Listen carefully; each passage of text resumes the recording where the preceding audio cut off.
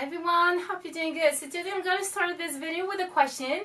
If you ever been in those kinds of situations when you open a pack of peanuts or chips and you say, okay, I'm just going to taste a little bit, and then finally you can't control yourself and you end up finishing the whole pack like this. Woke up with the light, a sky so blue upon my eyes, with a thankful heart. Today is another brand new start. I feel so positive. So I'm pretty sure most of you are going to say yes, because that's the case for a lot of people. And in those situations, you may feel that you are the problem and you have a lack of motivation, and that's not the case, because that might just be the consequence of what we call trigger food, and we are going to talk about it.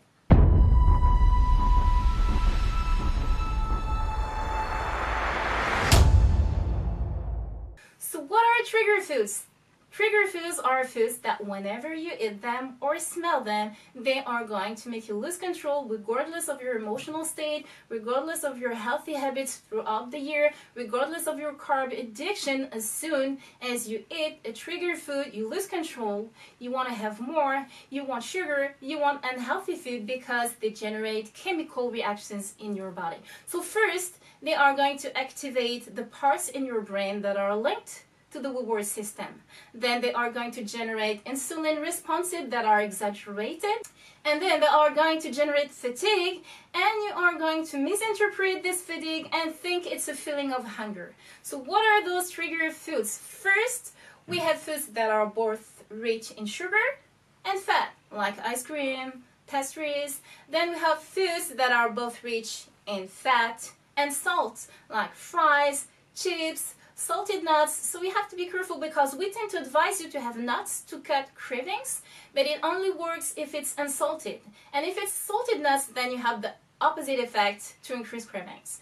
Also in those trigger foods, we have dairy. So if you can't control yourself when eating cheese, that's totally normal. We also have high glycemic load foods. So obviously we have sugar, syrups, juice, refined foods, and bread, as we already talked about it.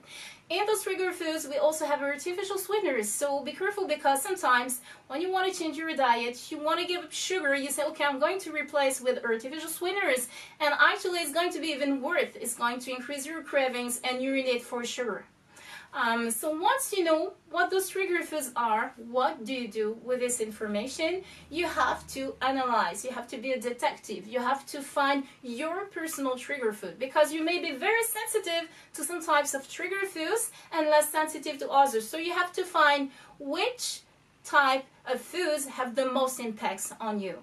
Once you've made this work, once you know your trigger foods, then you have two choices. You can avoid them so you don't lose control, or you can have some of them but you know the consequences. So as always, it's really individual. Like every time in nutrition and fitness, you have to take your decisions in accordance to your profile, your hormonal system, your metabolism, your food sensitivities, and so on, so on, so on. So that's really individual. So I hope this video on trigger food helped you understand why you lose control and what you can do. And this is part of my carb detox challenge and my Ramadan preparation challenge. So if you want to know more about it, you can click in the link in my bio, or you can contact me directly or leave a comment, and I will be more than happy to give you some more information. Have a nice day.